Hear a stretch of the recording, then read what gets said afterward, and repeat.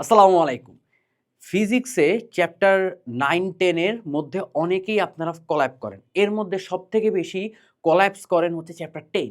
অর্থাৎ ফিজিক্সে যারা ক্লাস 9-10 এ আছেন, চ্যাপ্টার 10 এই স্থির বিদ্যুতে অনেকেই ভালো বুঝেন কিন্তু ইমপ্লিমেন্ট ঠিকঠাকভাবে করতে পারেন না।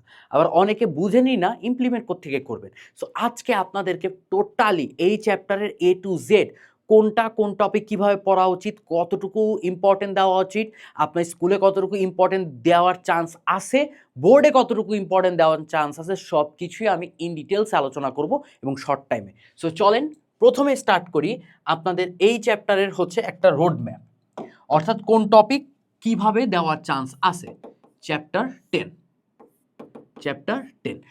মজার কথা হচ্ছে এই চ্যাপ্টার 10-এ আপনাদের যে কয়টা সিকিউ লেখা লাগে এর মধ্যে একটা সিকিউ মাস্ট থাকে, হয় চ্যাপ্টার 10 থেকে থাকে, নয় চ্যাপ্টার 11 থেকে থাকে, চলতরিৎ, স্থির তড়িৎ অথবা চলতরিৎ থেকে থাকে।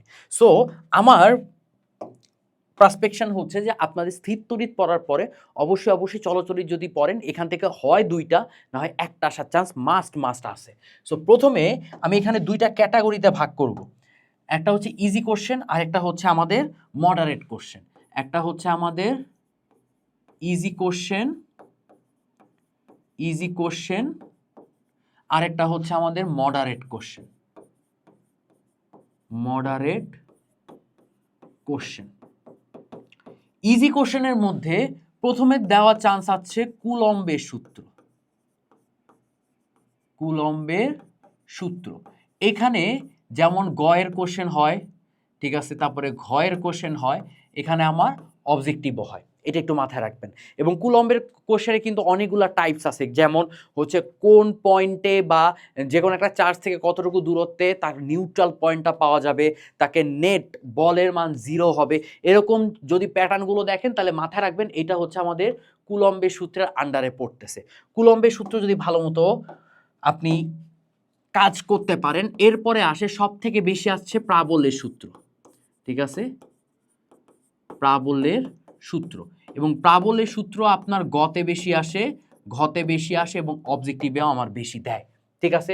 প্রাবল্যের সূত্রেও কিন্তু টাইপসগুলো আছে, যে নেট প্রাবল্যের মান কোথায় 0 হচ্ছে, তারপর এরকম আরও অনেকগুলো টাইপস আছে। সো এখানে আবার হচ্ছে আপনার প্লাসের জন্য নেট চার্জের মান কোথায় 0 হচ্ছে, নেট প্রাবল্যের মান কোথায় 0 হচ্ছে, প্লাস মাইনাসের জন্য নেট প্রাবল্যের মান কোথায় 0 হচ্ছে। সো এই টাইপগুলো আপনাকে ভালো মতো ফিগার আউট করতে হবে। এবং এই প্রাবল্যের ম্যাথ থেকে প্রাবল্যের কনসেপ্ট থেকে কিন্তু বিগত অনেক সালগুলোতেই তো আপনাকে ভালো মতো কোশ্চেন দিয়ে দেওয়া হয়েছে। সো এইটা নিয়ে একটু বি কেয়ারফুল। আচ্ছা, তারপরে যদি একটুখানি মডারেট কোশ্চেন করতে চায় তাহলে সবার আগে দিব আমি ধারকত্ব এবং এই ধারকত্বের শক্তি,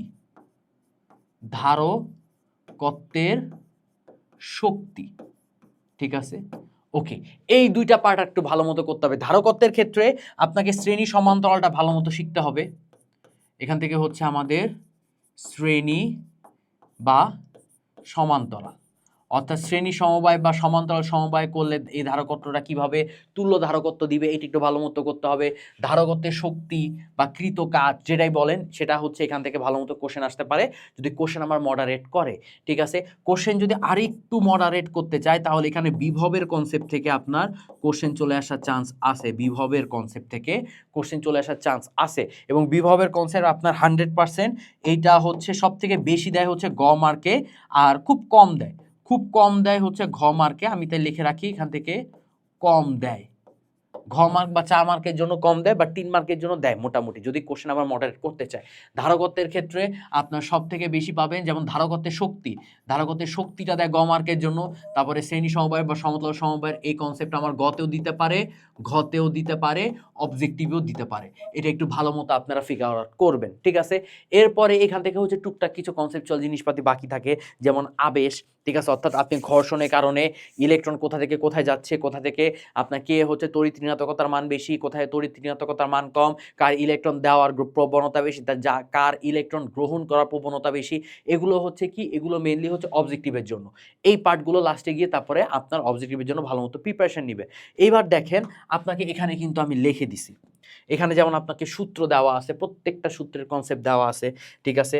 এরপরে শুধু নাই, এবার টাইপ ওয়াইজ হচ্ছে এই যে সিকিউ, আপনার এমসিকিউ দেওয়া আছে। আপনারা কি অনেকেই এই দেখেন, আপনারা অনেকেই এমসিকিউগুলো প্র্যাকটিস করতে চান না, বাট টু বি অনেস্ট আপনি যদি পরীক্ষার আগের দিন এমসিকিউ নিয়ে বসেন, আপনার এমসিকিউ ওই জিনিসটা খুব বেশি কাজে লাগবে না পরীক্ষার আগেই। অর্থাৎ এই যে টাইমটা, এই টাইমে যখন আপনি একটা চ্যাপ্টার ধরতেছেন, এখনই আপনার চ্যাপ্টার শেষ করার পরে এমসিকিউ প্র্যাকটিস করা ভালো, এটা অবশ্যই ভালো, বুঝা গেছে। আচ্ছা, তারপরে দেখেন এখানে টাইপ ওয়াইজ সব কিছু আছে। এখানে দেখেন আপনার কোশ্চেনগুলো সিকিউ দেওয়া আছে, এমসিকিউ দেওয়া আছে।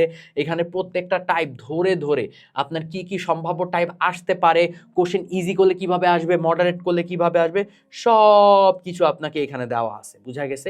এখানে সব কিছু দেওয়া আছে। সো আপনার দায়িত্ব কি? আপনার দায়িত্ব হচ্ছে দুইটা।